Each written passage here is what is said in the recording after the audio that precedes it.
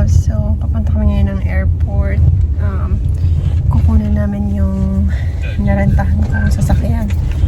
Para naman kahit pa paano makagala-gala tayo dito. Kasi meron pa tayong 3 days para magstay dito. So, sayang naman yun mga loves kung stay lang tayo sa ano natin, sa room natin. So, yung mga loves, I'll see you at the airport. Dito na tayo sa airport mga loves. So, dito tayo sa Hertz.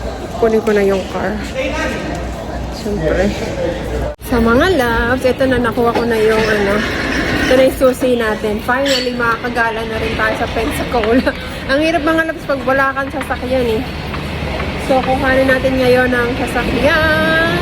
Ito na mga loves, ang aming sasakyan. Maliit lang yung narentahan ko mga loves kasi mahal man pag So, I think this is the right one, hon. 826, yeah. You ready? Yeah, I know. So, ito na mga loves. Ready na tayong lumarga. Hinintay ko yung asawa ko kasi nagtanong siya dito kung meron silang pwedeng ibigay na box kasi yung mga ibang gamit sa sasakyan mga loves is kukuhanin namin, lalagyan na lang namin sa box.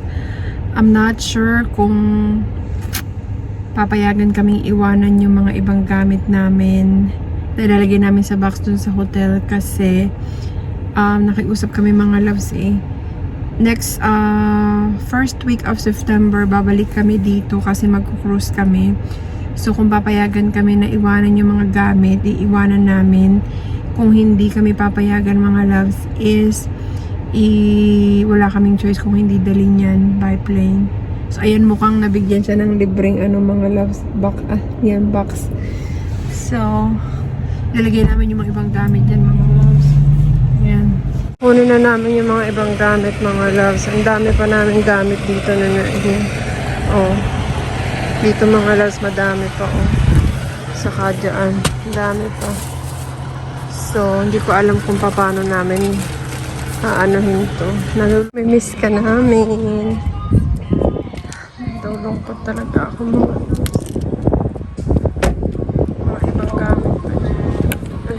Paano ko yung rosary ko? Bigay pa kasi ito ng lola ko mga loves. Ito. Ganda pa man siya. Diba? Oh. Yung mga ibang dyan, iwanan na lang namin mga loves. Ay, nalulungkot ako mga loves. Ayan siya mga loves. Oh. Iiwanan lang namin dito. Do-donate ng mga loves. Ayan. Ramdam niyo ba yung kulungkot ko? So, papaalam na kami dito mga loves. Sobrang nalulungkot ako. Eh mga loves, nakakot na namin yung mga gamit. Ayan wala akong masabi mga loves, sa totoo lang. Sobrang nalulungkot talaga ako kasi yung sasakyan na yung mga loves, ang dami naging memory sa amin. Yan yung kauna-unang regalo sa akin ng asawa ko mga loves na sasakyan. Kaso kasi ang problema yung timing change. So papalitan yung parang sa makina. So pag pinalitan, mas malaki yung magagastos. Kaya sabi ng asawa ko, yun nga, mas mainam pa na bumili ng ibang sasakyan kaysa sa ipagawa siya. I feel sad kasi parang i-abandon namin siya mga love sa lahat ng mga memories namin na sasakyan na yun eh. Parang iiwanan lang namin dito. Kaya ako iiyak tuloy ako. Kaya ako nalulungkot kasi nga ayun nga, i-abandon na lang namin dito. Kahit na i-donate namin mga loves. Nasasaktan ako kasi alam mo yung parang iniwan ka sa isang lugar na ganun din pa nararamdaman ko sa sasakyan. Oh my goodness, na dapat na-enjoy natin tong bakasyon natin. Huwag kayo maapektuhan mga loves, na naiiyak lang talaga ako kasi nga. Kahit sino naman talaga, di ba mga loves, pag napamahal na sa'yo yung 5 years kasi yan mga loves, 5 years sa amin. nasa 280,000 miles na kasi yung ano. Pero inyo, nasa 280 miles na yung ano niya, kaya ano na, nasagad na siguro sa amin. Pero ayun, marami namang mga memories yung car na yan, kaya napamahal sa amin mga loves. Hindi ko lang talaga ina-expect na dito pa masisiraan, na sobrang layo namin. Parang simula doon hanggang dito 11 to 12 hours. So pag ipinabalik naman namin sa Illinois, mas gagastos pa din kami mga love. So sabi ng asawa ko, kaya mo na i-donate na lang natin. So i-donate na lang namin yan mga loves. Pipick upin na lang nila dito. Ayan. Ganun talaga. Hindi natin talaga inaasahan yung mga pwedeng mangyari. So para di na tayo malungkot mga loves, iiyak pa rin ako. Kain na tayo. Kasi wala naman tayo magagawa kung hindi ganun talaga mga loves. Ganun talaga ang buhay. So sabi ko sa asawa ko, I deserve a good food. Right hand, we deserve a good food. So sa lahat ng mga nangyayari sa atin dito, mga 2 days, pangatlong araw na namin ngayon mga loves. We're basically pangalawa. Kasi dumating kami dito late na. So kakain tayo ngayon dito sa Filipino restaurant. Let's go mga loves. Oh, malaki yung place na to mga loves. Oh. Yan. Lechong kawali. Nakikita niyo na ba? So they said open. So we're gonna get inside. Yeah. Yan, ha? Yeah. Ay, malaki siya mga loves. Oh. Malaking area. Let's go. Nandito na kami mga loves. Nag-order ako ng fish sinigang. Tapos meron silang special na may rice or mamili ka rice or pansit. Tapos chicken, pork, adobo, mamili ka. May kasamang lumpia. So yun. Hintay lang kami ng pagkain mga loves. So ito yung pagkain na mga loves. Chicken, adobo. Tapos siyempre rice ako. May lumpia. Ito sa asawa ko, pansit, chicken adobo, tas may lumpia din siya. Hintay ko pa yung sinigang ko mga loves. Mga loves, meron tayo sinigang na pampano. Ayan, ang sarap nito mga loves. After stressful days. We get to eat this. Ako lang kakain yung mga loves kasi di man siya kumakain niya. Ay sa kanya oh. Yan. So let's eat the mga loves.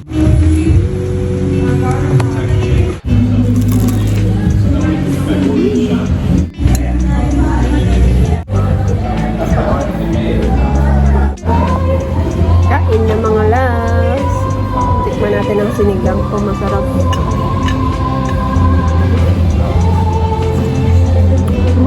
Sarap. Really good. Sarap mga loves. Grabe.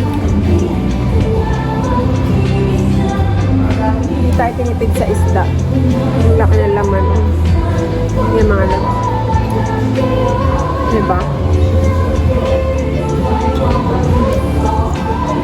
After namin kumain, so may tinawagan kami.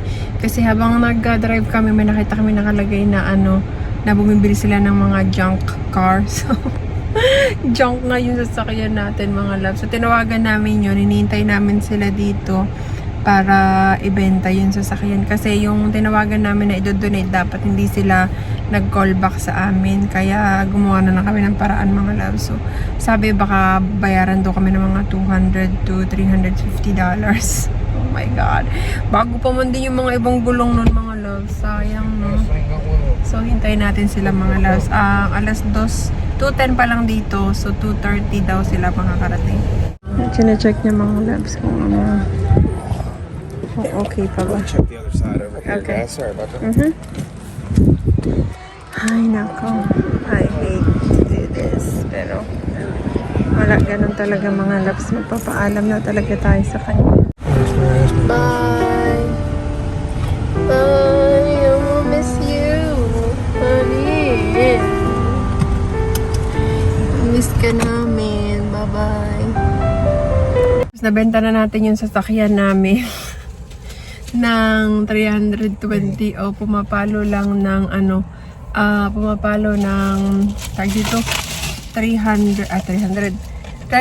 pumapalo ng bali 16,000 pesos. Hindi ba nakakapanghinayang? But at least wala na tayong iintindihin pa kasi iniintindi namin na baka masita na kami ng Chevrolet kasi doon nga namin pinarada mga love. So at least nabenta namin at kukuhanin na nila yon. So wala, ganun talaga mga loves. Dahil malungkot tayo, ni-reward ako yung sarili ko ng ice cream. Na-stress ang lola nyo. So, hindi na natin yun iisipin. Pag uwi natin ng Illinois, gagamitin na lang namin yung truck na binili ko before mga loves. So, yun na lang aming magiging sasakyan. And sana, payagan na ako ng asawa ko na bumili ako ng sasakyan ko. Papayagan niya ako. So, ayun mga loves, ngayon ay papunta tayo sa Gulf Shores. Kung tama yung pronunciation. Where are we going on? Gulf Shores? Gulf Shore? What? Alabama. Yun. Basta yun na yung mga love. Sa part ng Alabama. So, it's like an hour away simula dito. So, ayan. Let's go mga loves. Habang bumabiyahe tayo. Habang babiyahe tayo, kakain muna tayo ng ice cream. Deserve natin to kasi na-stress ang lola nyo. So, let's go mga loves.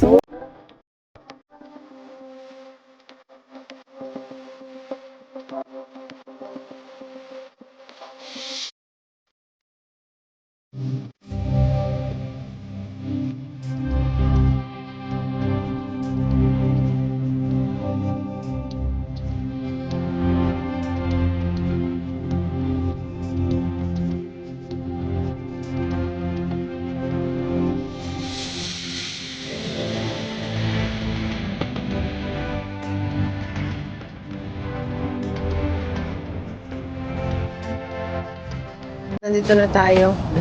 Yan, dyan kami kakain mga loves. Oh. Homeport Marina. Dito. Ito yung tapat ng restaurant mga loves. Oh. Ang ganda naman pala kaya ang daming tao. Dito. Yan. Dito kakain mga loves. Parang pang bata yan. Ang dami mga bata. Oh, may arcade pa dun, oh. Dito tayo. Parang pambata nga ito mga loves. So, ang dahil mga palaruan. So, let's go. Ang daming tao mga loves. Grabe. Oh, ayun. Daming tao.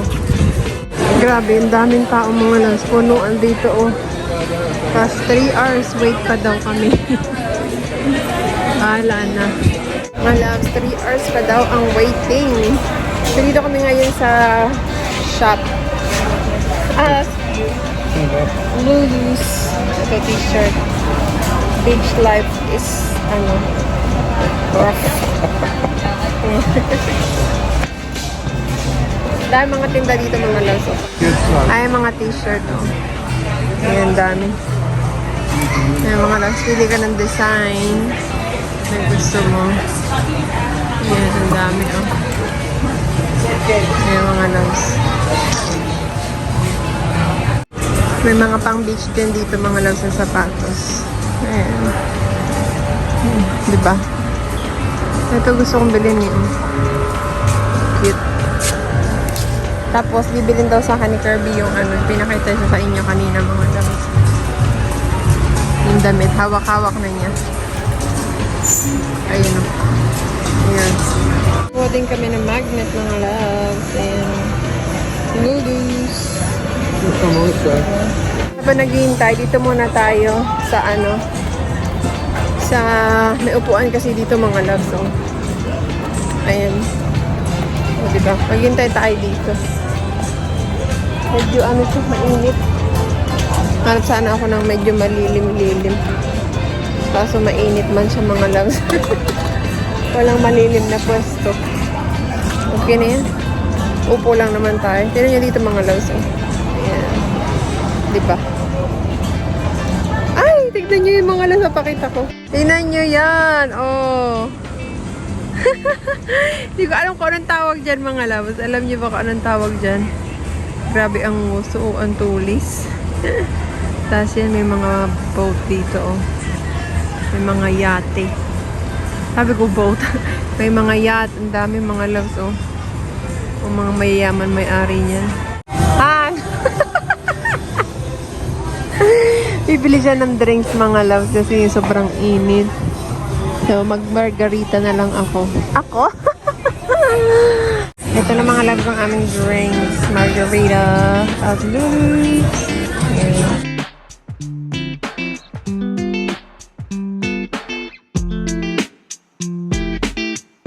Nag-order din pala ang asawa ko ng fried okra mga loves. Ayan.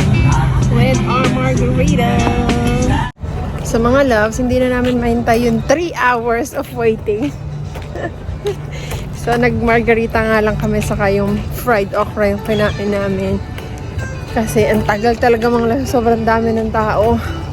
3 hours ang waiting. So hindi na namin kayang hintayin yung kasi pag naghintay pa kami, gagabihin na kami na pagbalik dun sa tinutuluyan natin.